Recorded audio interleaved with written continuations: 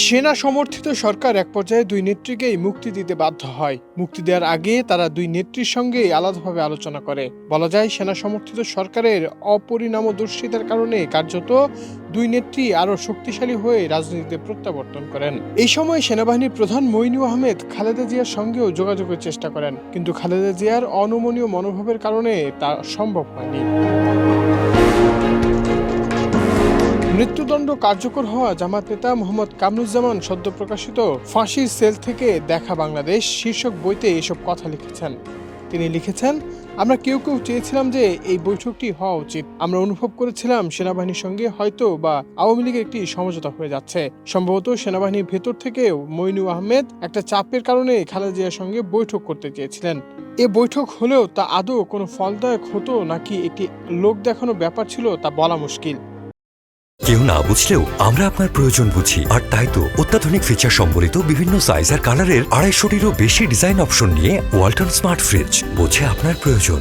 ওদিকে মইনু আহমেদের 6 দিনে ভারত সফরে বিপুল সংবর্ধনা এবং সেটা যে একটি বড় ধরনের মিশন ছিল বাংলাদেশের রাজনীতির জন্য, তা বার্তাও পাচ্ছিলাম। ভারতীয় নেতৃবৃন্দ যেভাবে মইনু আহমেদকে রেড কার্পেট সংবর্ধনা দিয়েছেন তা নজিরবিহীন।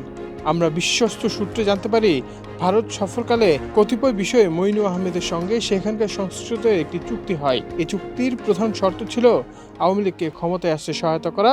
দ্বিতীয় শর্ত ছিল বাংলাদেশে ইসলামী শক্তির উত্থান ও রোধ করতে জামাত ইসলামকে নিষিদ্ধ করা এবং তথাকথিত যুদ্ধাপরাধের বিচার শুরু করা। বিনিময়ে মইনু আহমেদকে রাষ্ট্রপতি করার প্রতিশ্রুতি দিয়েছিল ভারত।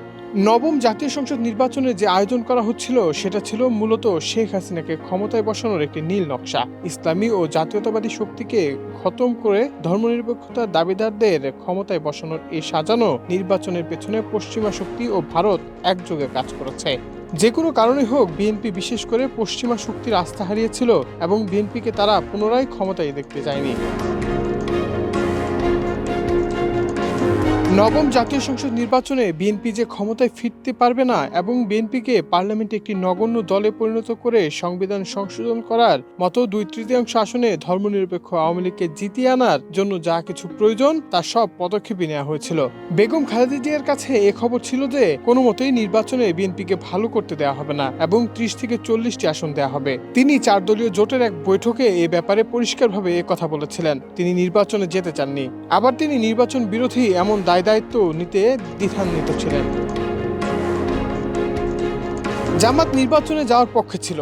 জামাতের সিদ্ধান্ত ছিল জামাত নির্বাচনে যাওয়ার পক্ষে যদি বিএনপিকে সঙ্গে নেওয়া হয়। নির্বাচনে যাওয়ার পক্ষে জামাতের শক্ত অবস্থান দেখার পরও তিনি বলেছিলেন, দেখুন, এটা নীল নকশা নির্বাচন। তারা বিএনপিকে হয়তো অনেকটা আসন দিবে এবং জামাতকে একটি আসনেও বিজয়ী হতে দেবে না। যা হোক, বেগম খালেদা জিয়ার ধারণা ছিল জামাত বিএনপিকে ছাড়াই নির্বাচন চলে যেতে পারে।